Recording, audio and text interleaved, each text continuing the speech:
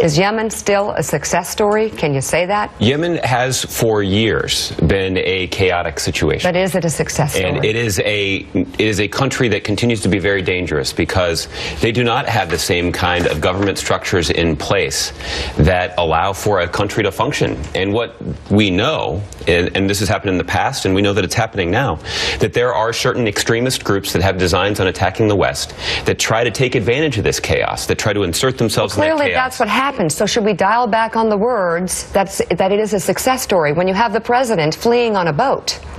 Well, Amika, we need to separate out two things here. The measure of the U.S. policy should not be graded against the success or the stability of the Yemeni government. That's a separate enterprise. And the goal of U.S. policy toward Yemen has never been to try to build a Jeffersonian democracy there.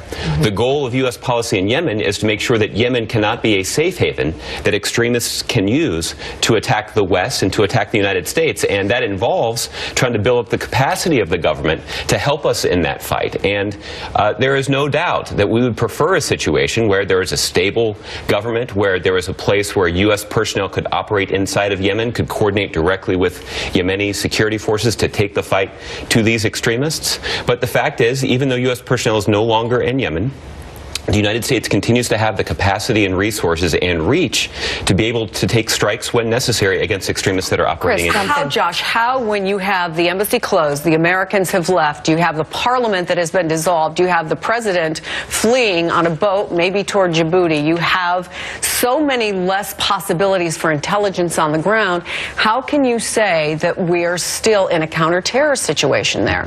Well, and the opening that's created for AQAP in this chaotic situation. Again, Chris, we would much rather be in a situation where there is a stable central government that could actively support our ongoing efforts and in a way that would allow U.S. personnel to remain in the country. But given the situation you have now, Josh, what can the United States do in terms of counterterror strategy in Yemen?